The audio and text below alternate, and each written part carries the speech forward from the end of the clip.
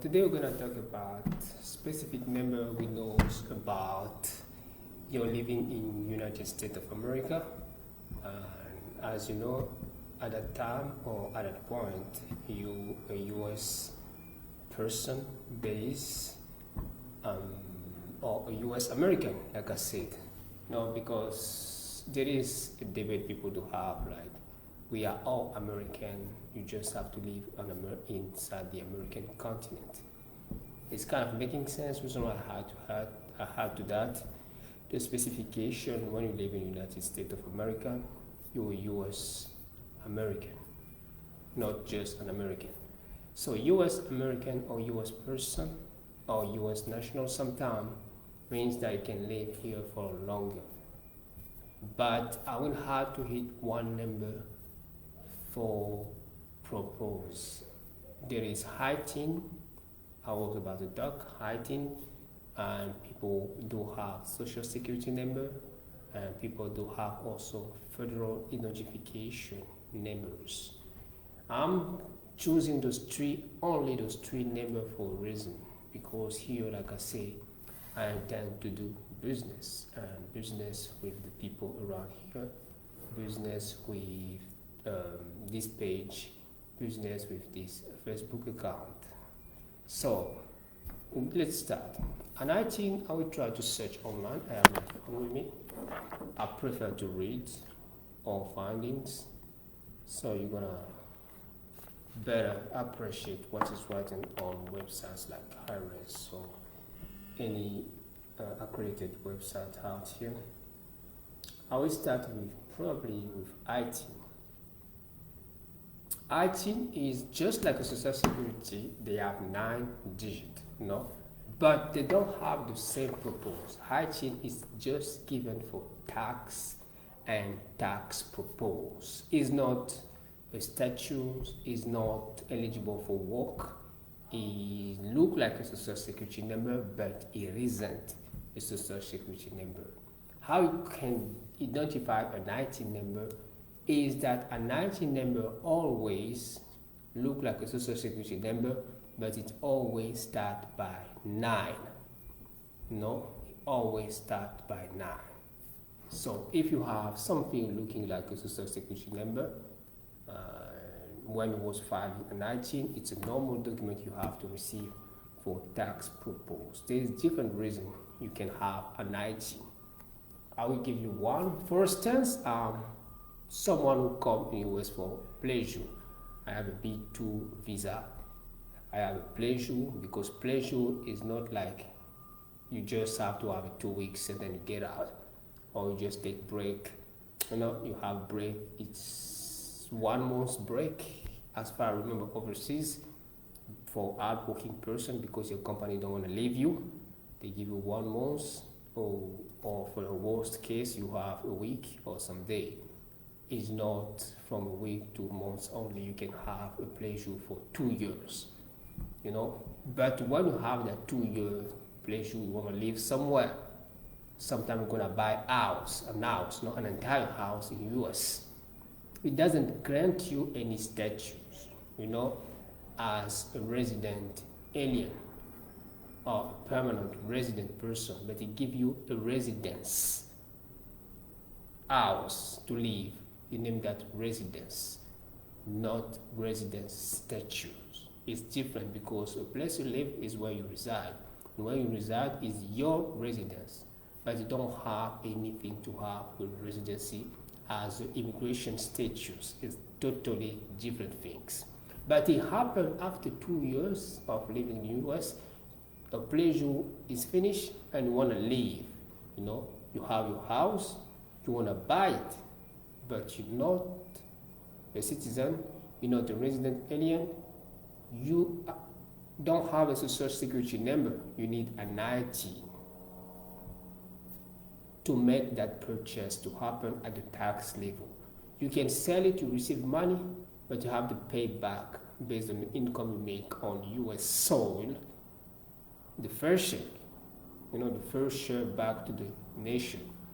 The great nation where you have been buying that house, you have been making safely a living for 2 years, and now you're selling that house, they have a part on the income you make. It's at some point some implication have to happen between the seller, the buyer, and the one at the intermediary level. And mostly it applies to filter processing by law. So I just give a nice example for how it works with ITIN. ITIN is just for tax purpose. No, you don't have a residency, you don't have social security number. Social security number do have also implication and some kind of consideration you have to it. There is social security number limited for work only. There is social security number exclusively. You can do everything you can, everything legit. You can do in yours, you can study, you can work, you can, whatever the social security have to do, you can do it. At least sometimes you don't vote, That's how it works. And the ITIN, I'm going to read just to avoid saying nonsense, because anyway, I don't used to say nonsense, but to make it much more precise. So let's go to the IRS website. Tax return requirement, all forms. Okay, I want to get down. What is an ITIN? Great. An individual taxpayer identification number, ITIN. Individual taxpayer identification number. ITIN is a tax processing number used by the Internal Revenue Service, so the IRS. The IRS issue ITINs to individuals who are required to have a U.S. taxpayer identification number, but who do not have or are not eligible to obtain a Social Security number from the Social Security Administration. So I will emphasize, so you don't have a Social Security number or you're not eligible. Sometimes you don't have a Social Security number because you didn't file, but you eligible, but you don't have it. Sometimes it's pending. I know you just spent 14 business days to have a Social Security at the Social Security Administration, and you gotta listen to what I'm saying the right way. Social Security Administration, not Department of Human Services, Health and Human Services. They do social benefits. They're not Social Security Administration Office. They give you EBT card. They qualify you based on criteria of eligibility for SNAP benefits, Medicare, or whatever you do have. They do have at the disposal as program. That Department of Human Services is changed name per state. It's a DHS, DSS, whatever you want, but it's Human Services. In Arizona, where I have been studied the last year, it's named Economic Security, Department of Economic Security. So it's DES. So there is always D there and S somewhere at the head. Whatever letter at the matter, it's DS at the head.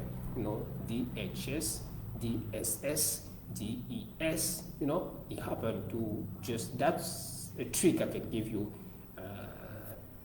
a tips you can use to detect, to find names. Always the letter at the matter change, but left and right never change. I don't know for what reason. They do benefits, they do great things, they greet people, they try to do the best, the job at the best of their ability, and that's what they do. They give you, they check your eligibility for SNAP benefits, they check your eligibility for Medicare, which is the state-based benefits. So you need Medicare, you have to apply to each state. Some states can intervene for the resident outside another state. It can be for Maryland.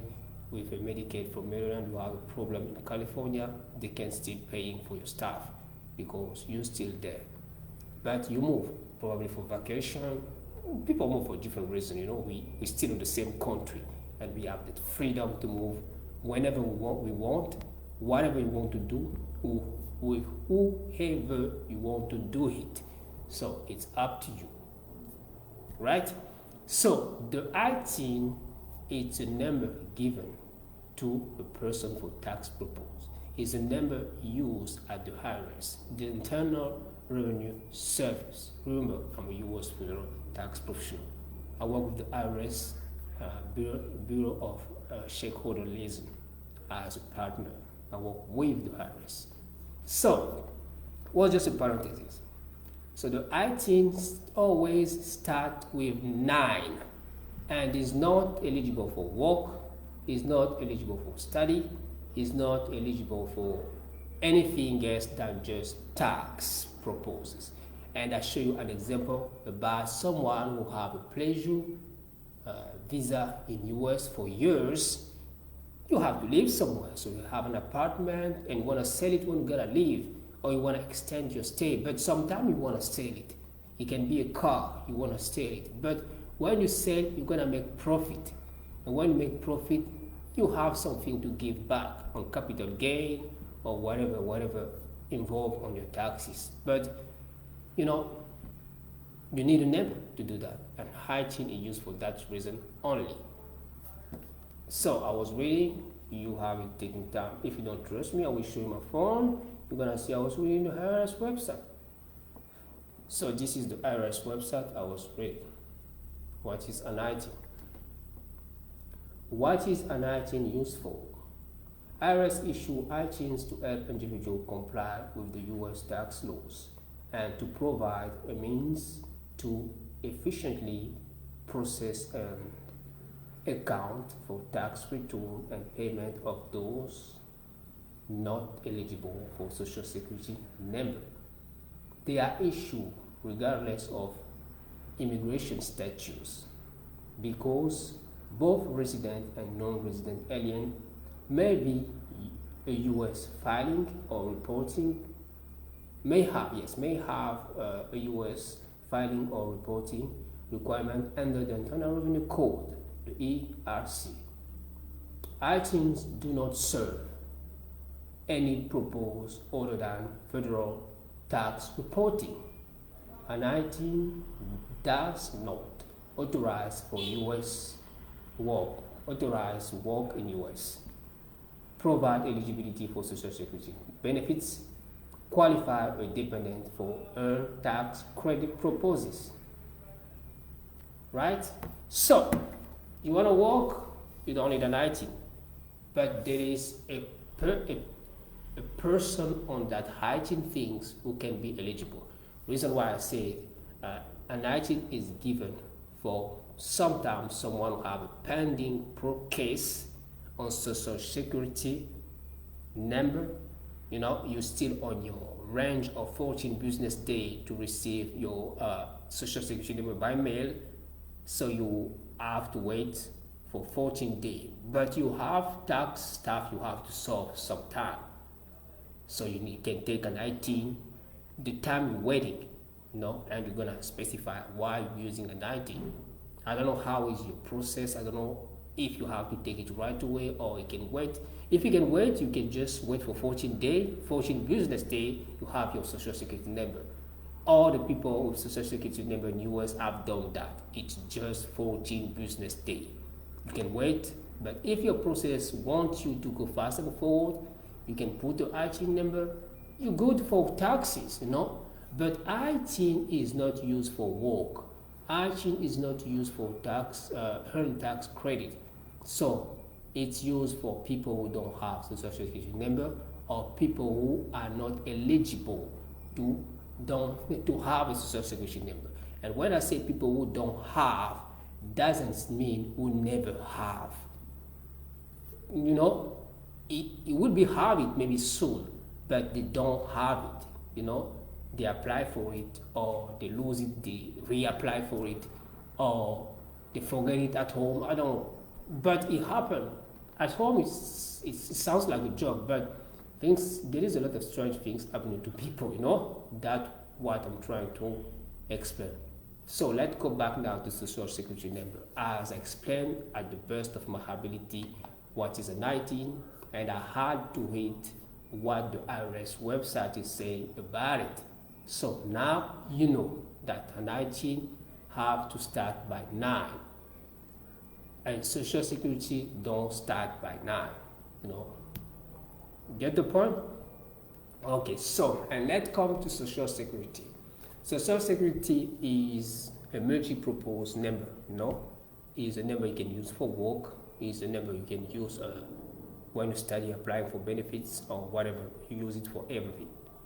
Everything you're gonna do, you need a social security number if you live in US. And it's a number they don't give you. You don't receive it just for pleasure, because probably it costs money to the government to make it. It's just not a printed paper. It's a printed paper, but and also a recorded number on different platforms. I don't know what is the name of those platforms, but there is US-based platform, probably international-based platform. So those systems cost money on database and so on. You just know, probably just don't know what I'm talking about, but it's gonna make sense to you one day after that video if you take time to think about it. So it costs money. That's what you have to remember. It costs money to make it. So I don't see someone who's gonna give you something that costs money for no reason, for nothing. It doesn't really make sense. So reason why I said at the beginning, it's a multi-purpose number, and it don't start by 9. That's a 19. So they have the same number in it, but it's a multi-purpose number. But there is another kind of social security. It's written on it, limited for work. For those coming like a freelancer, or I don't know what kind of program people have at the immigration level. I don't have the all knowledge. There is border customs service. There's different department doing their job at the most higher of the ability, the great person.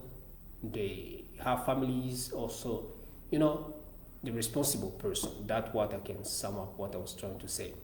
So I they know better than me in that field. But I know that people come every year for work, whatever country you live, and including the United States of America. So, and they have an issue that document for work purpose only. No, nothing else. You use that and you work for the company you're coming from. It doesn't mean that one day you won't be able to switch it. There is way, there is form, schedule for anything you want to do. You just have to ask, or you just have to file them if you know what it is. So you want to switch to this place to this place, there is always processing. You gotta find the name of the form and you gotta fill it. I'm not expert on all forms, but I'm good and expert on taxes. And tax also do have the forms. But as a person living in the United States of America, I have been dealing with a lot of forms outside of my field of expertise. So I can give you also advice about them. So that's the things. That's how it works. You gotta learn things, you gotta get involved in things, but the right thing. Remember that, always the right thing. So the Social Security do have the same set of number, just like a 19, but the 19 always start by 9. And we have a Social Security for multi-purpose. You can use for a lot of things you apply for here. It's where you link to your life. And then it's where it's linked to your life. And then we have a Social Security for work purpose only. But for the Social Security, multi-purpose Social Security, I want to give you something. There is nothing right in it to start. And also there is 2 kind of person who can have it. The first kind is those who have been born here and have been filing all paperwork to be US citizen. Because you have to have a birth certificate. You just don't have kids and trash him on the street with no names. We know nothing about the parent and his have citizenship. That's irresponsible things. You have kids, you have it at the hospital, you file for documents, they ask you, what did you only choose the name for the kid? They gave the name. They don't ask that question randomly just because they want to play with you. When you give names, they put the names on paperwork of the hospital that the child is born. I know that his name is not Emmanuel, like Jesus Christ in the Bible, but you have a name for yourself, right? So, you have a name, the child is born, and they put the name on it, and then you can use this paperwork to file for birth certificate, after a certain time. There is a range of time also you don't have to go over, because it makes you to be really not serious. You have a kids, and 16 years later you want to file for birth certificate. It can be passing, but it's not serious. 16 years later. Seriously, 16 years later you want to file for birth certificate. Okay, just do it, probably gonna work, but it makes sense that sometime, if you can, right away, you can do that, and you put your baby on security, because they know who is the father or the mother of the baby. You have everything written, and you have a birth certificate and a name on it. That is named a breeder document. A breeder document is a US-based document or any other country-based document with no picture on it. Like a social security number is a breeder document, a birth certificate is a breeder document. And then we have the identification document. Mostly highly you need a breeder document for it, and put the picture on it. So that, at the best of my ability, my ability, I can spell you, I can give you that kind of image. So you have breeder document, there is no picture on it, there is number on it. On the system, you have your fingerprint, probably your DNA recorded for the baby, because when it has to give the name, they document a bunch of things. The baby is born with this kind of HICs, the DNA, the blood, staff group, everything is recorded. So they put everything on the paper, and then they have the name. So, the baby, pretty sure that they can put you some testing DNA stuff. You can find out your babies on what they have been recorded. So that's how it works. So you have a birth certificate, and then you have a social security number. Those are breeder documents, and then you can go for an ID at the right time, any time you feel it, because it's still a baby. I never see the baby with birth an ID or driver license. It's too young for that. Okay, so maybe I have to see my colleague from DMV. So let's go back to the other part. The other part is people coming from overseas. You come from overseas, you born from somewhere, you come from somewhere, and you wasn't born in US. You started your life, a baby, somewhere in another country, and by whatever situation, by whatever things happen, you decide to come to US and to settle and live with them for a while or for your whole life. It's just like people sometimes use in some culture, coming to die. So don't use that too much around here, because someone can help you to die fast. There is criminal everywhere. People can misunderstand what you say.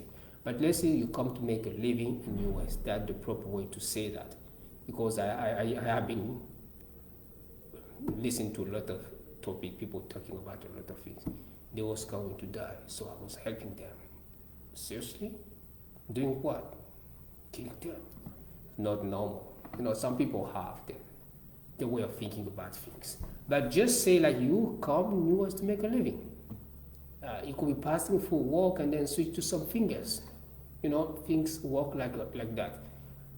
And then, so let's go back to, I want to close that story. It's not really a good story, but I just try to adjust ways you can talk to people. Just say, I'm coming to live here for a while. You have a green card. You have a job with limited social security, and you have a planning to expand it with your sponsorship on that company. I don't know which kind of contract you have, to a citizenship 5 years later. I don't know. You know, that company and you are the only one who knows what plan you have. At least if there is some other people, they might know what it is. But it's for a while. It makes sense. So, those people are coming from overseas, they have the birth certificate from where they come from. It's important. You don't need to come to US to be born again. No, I'm now in US, I'm born again. My God, even church, we're born again after being baptized, but we're still keeping our life, our IDs, and also our years since we have been born before. You know, you're born again, but just you're 16 years old, 16 years old, even if you're born again, Jesus Christ. But I heard people come in US, they're born again. I'm 1 year old. Why you say that I just came 1 year ago? So you have a new birth certificate, 1 year old? Who's gonna believe you? I can see a big man in front of me.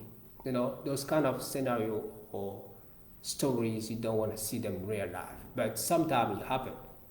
So big man saying, you're 1 year old, I'm born again. No, you don't need that. What you need for real is to make sure that you have your paperwork from where you come from, through the procedure you choose when coming to US. I don't know which one. I don't want to talk about any because I'm not an expert on immigration, but I know enough to give you an advice. So you have your birth certificate and you come to do your proceeding, writing down everything the way it's supposed to be written, and then you do your proceeding. And at the end, they're gonna give you probably a document, but in that document there is one specific number, the alien number. Whatever proceeding you're gonna do, you're gonna have an alien number, and that alien number make you an alien resident. That's what I was reading on iTunes some minutes ago. Alien residents have got alien numbers. It's the number linking your life from where you come from, when you was where you was born, your life, experience, work, job, whatever, to the new country where you just start through proceeding, immigration-based proceeding, to make a living for a while. You know, you need an alien number. Someone who is born in the United States of America is not an alien. Alien is someone who comes from outside, whatever you come from Mars, moon, or I don't know which kind of planet you come from. But since I'm born, I never seen people come from different planets out here in the world. So otherwise, you're gonna know about it. Like assuming that it never happened. So you come from another country, you come in US, you're alien. You come from another country, you go in France, you're alien. You come from another country, you go in whatever country, you are alien. Because you come from outside and you have an alien number. And that alien number link your old life to the new life you're trying to, if you want me to say that, but I don't feel old and new somewhere. You just continue your life. So your previous life to your actual one. I think it's the best way. That's the best way to put it. So you have an alien number, and through that document with the alien number, you're going to apply for social security number, and then you have a social security number. So you have your birth certificate for 16 years old guys. You don't need to be born again. You have an alien number through the document and the proceeding outcome document from the proceeding you have done. Boom, you have those birth certificate, new document after you finish your proceeding with the alien number on it, and then you can have a social security number and then put your face on it that is named an ID, and so on. Because while you have a social number, you know, in US for a while, and then you have a social security number, you can document your actual life in US, whatever you have it on paper or not, it's still on the system, just the way to print it. Papers are just papers, no, you don't produce the document, you file to receive the document. The people who produce the document are the government agencies. Those are the people who produce the document. You ask for it by filing. Let's say you file for it and they send that to you. You don't create it, you know. You don't take it to someone, no. You file and they give because it's yours. You have a fingerprint. You have your picture on it. And also, I don't know, when you come to a country, probably you do have an embassy, right?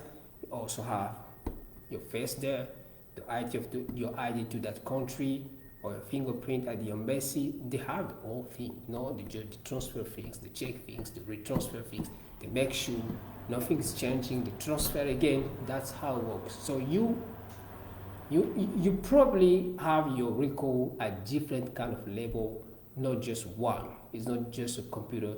Do have your system is worldwide. So you have a social security number. You're gonna put a piece of your face on it. Go apply for an ID, and that is a recommendation. I think even, let's say, it's required to have that, because you know, I can't see how you look like by watching a social security number, but I can use a social security number if I have access to see how you look like. You know, you have to have the credential. You go to the system, even if you don't have ID, because when you came from embassy, they take your picture, right? You furnish picture to the embassy and fingerprint. So I can see that if you don't have ID, but you have a social security number, I can see that to the system they use to link, because when you come with your alien number on the paper you have done the proceeding for, there is a way to see what you furnish this to have that outcome. So there is always your face too and a fingerprint. Sometimes you have your ICs, your retina scan inside the system already done. So it's happened some airport also they do that for security purpose. They take your retina, they ask you to wash a camera or its high definition camera, not just checking your face but also your retina. So those kind of security are way to ensure that you are who you pretend you are. Oh, the energy is gone. Let's see.